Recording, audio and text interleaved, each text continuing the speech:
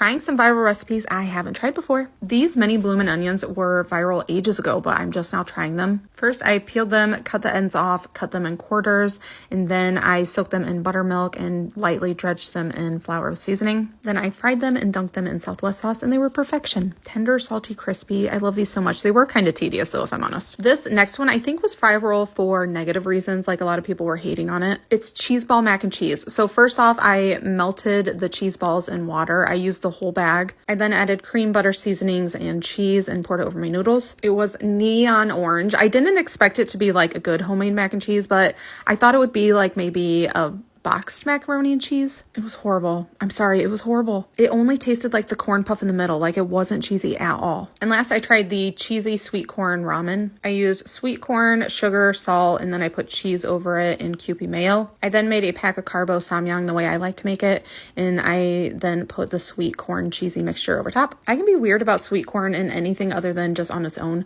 but this was perfect. It added a sweet little crunch to it. I would definitely eat this again. Trying some of the viral fire ramen recipes. For all the recipes, I started off with the carbonara samyang because it's my favorite one. The first recipe has some mozzarella cheese, a scoop of sour cream, and then a drizzle of truffle oil. I would never think to put sour cream or truffle oil in my ramen, but for some reason this sounded good to me. The sour cream really tamed down the spice level of it, but made it so creamy and it didn't taste like sour cream at all. Couldn't taste the truffle though, so either I need a new oil or it's not necessary. Next, I did the ramen mozzarella stick. I stacked 2 pieces of mozzarella cheese on top of each other and put them in a pan. I then added on the ramen and tried folding it over like a mozzarella stick, and it worked. The outside was nice and crispy. I love a good crispy cheese. Then the inside had a good chew from the noodles. It needed more sauce though. And last, I did the chili oil version. I used chili crisps, sugar, rice vinegar, sesame oil, scallions, and garlic. Poured some hot oil over it, let it sit for a minute, and then I added my noodles to it. I knew these were going to be good, but I didn't expect how different they would taste. Like, this tastes like something you get from a restaurant. It had so many levels of flavor. Sweet, tangy, spicy, salty, all of the flavors. Even though I liked all of them, I really love the first one too. I think that this one is my favorite just because I wouldn't change anything about it. Let me know your favorite ramen hacks or how you make your ramen. Trying some viral food hacks. Starting off with the air fried tortilla stuffed crust pizza. This would be easier with mozzarella sticks. I didn't have any. I used cheese curds. Place the cheese around the edge of the tortilla, then fold it over, secure it with a toothpick. Then in the center, put pizza sauce, cheese, then whatever toppings you want. I just did pepperoni. Air fry at 400 for 6 minutes, and then I brushed it with garlic butter and some Parmesan. I love this one more than I was expecting. It was crispy and cheesy, and it was quick. I then had to try the ramen eggs. So for this one, after you finish a cup noodle, you keep the bowl with the last little bits of seasoning and broth at the bottom. Then do it crack an egg style. So you're going to add an egg to it, scramble it up, microwave at 30-second intervals until it's cooked. I also added Munster cheese to mine. And then, word of advice, don't get the styrofoam cups. They're not meant to be microwaved. The egg really does take on like a subtle ramen taste. Would I do it again? Probably not. And last, I tried the French toast roll-ups. Take a piece of bread, cut the crust off, roll it out until it's really thin. Then you can put whatever toppings you want in the center. I shaved in a Terry's chocolate orange, and then you just put an egg wash on it and fried it in a pan. Crispy outside but gooey center. Let me know your favorite food hacks. Eating foods from some of my most viral videos. Starting off with Lazy Girl orange chicken. Now, you can buy Panda's orange chicken sauce at the grocery store. It doesn't taste like orange chicken to me. So I melt together orange marmalade and just a little bit of barbecue sauce in the microwave and pour it over some chicken chunks I put in the air fryer. Then I just put it over rice. I can control how orangey I make it. I love it, and it's so easy and only a few ingredients. In 2021, I posted a video trying a Big Mac. It was the first time I've ever had a Big Mac in my entire life. It just never seemed appealing to me. I love a double cheeseburger, and the Big Mac seemed like it's just a lot of bread. I have to be honest, I didn't like it at first. I thought the sauce would be sweet, but it's like so tangy. Kind of grew on me though. I get it, no lettuce, extra max sauce. It does need tomato. When Domino's came out with their dips, I tried all of them. The most popular one seemed to be the 5 cheese dip. I don't think I've had that since I made that video. Actually, I haven't had a Big Mac either. It comes with their garlic twist, which I love. Actually, I love the garlic bites even more. They're incredible. I talk about them a lot. They have so much garlic butter. The outside is thin and crispy, but has a soft inside. The cheese is really good, but it's like salty Alfredo that's molten hot lava.